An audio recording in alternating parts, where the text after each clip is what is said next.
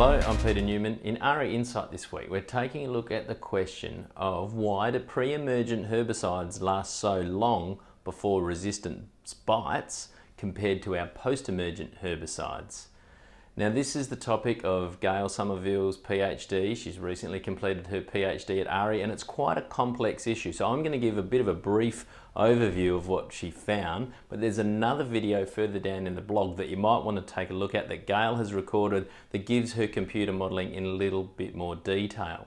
So you might have always just assumed that the pre-emergent herbicides have a lower gene frequency for resistance and that's why resistance evolves slower. But there might be more to it, and Gayle used some computer modelling. And look, I'll just give it to you quickly in a nutshell.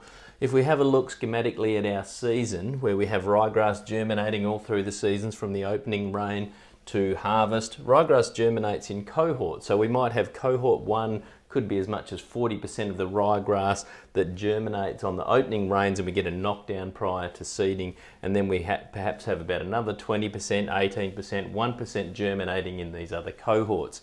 Now if we look at our pre-emergent herbicides, if we have a short-acting pre-em herbicide like trifluralin, it is exposed to only a small number of weeds. So that's message number one, is why the pre-emergent herbicides evolve resistance slowly.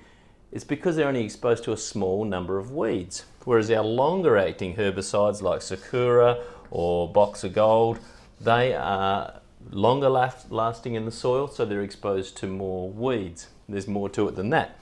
If we look at our post-emergent herbicides like hoe grass back in the day, or these days it might be clethodim in canola or pulses, post-emergent herbicides are applied later in the season, therefore they are exposed to a larger number of weeds. So the more weeds they're exposed to, the greater the risk of resistance.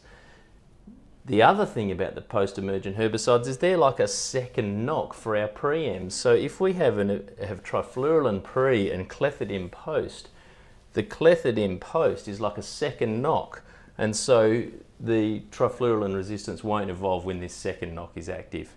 Now there's more to it than that, and let's talk a little bit about the practical implications now. Now let's consider cereals first. So these days we're recommending the mix and rotate strategy. Mix 2 pre-emergent herbicides together and rotate between mixes from year to year if possible. So we might have a mix of perhaps trifluralin plus Sakura or Boxer Gold pre-sowing, and that's a good idea. But what we know happens with these pre-emergent herbicides is they wear off in time as the season progresses. So they effectively, the rate drops. So if we have weeds germinating here, they miss the trifluralin altogether because trifluralin's already worn off.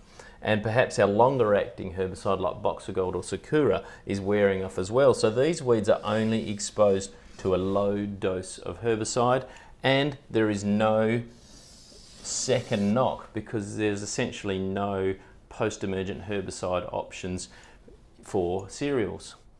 If we now consider our canola or our pulses, perhaps we might have an effective second knock like a clethodim or Roundup in Roundup Ready canola. So if we have a long-acting pre-emergent herbicide or a mix, that's all well and good, and then we have this second knock of clethodim or Roundup, these two can protect each other. So the longer lasting the pre-em is, the better, because it's essentially more like a double knock, and there's this smaller area of weeds that germinate late that are only exposed to the post-emergent herbicide. So if we can get to the point perhaps where we have propizamide pre, a Roundup post in Roundup Ready canola, and they're both active at about the same time, they can look after each other because it's a bit more like a double knock.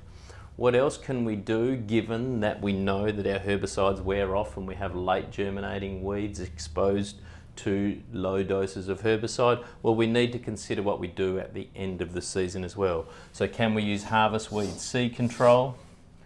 Can we consider including swathing to improve harvest weed seed control and also stop some seed set? And even glyphosate applied late. We know that there's a permit for glyphosate over barley late. There's Roundup Ready canola. There's glyphosate under the swath in canola. but it's a lot of pressure on glyphosate. So if we do that alone, it's a problem, but if we do it in conjunction with these other things, it's a good idea. So look, it's quite a complex issue, but what we have is some science telling us what we can do with this. We know that we're heavily reliant on our pre-em herbicides. We know that we need to keep them working. Being aware of all of these things and working out how to mix and rotate and how to have second knocks in the system is key to success in the future.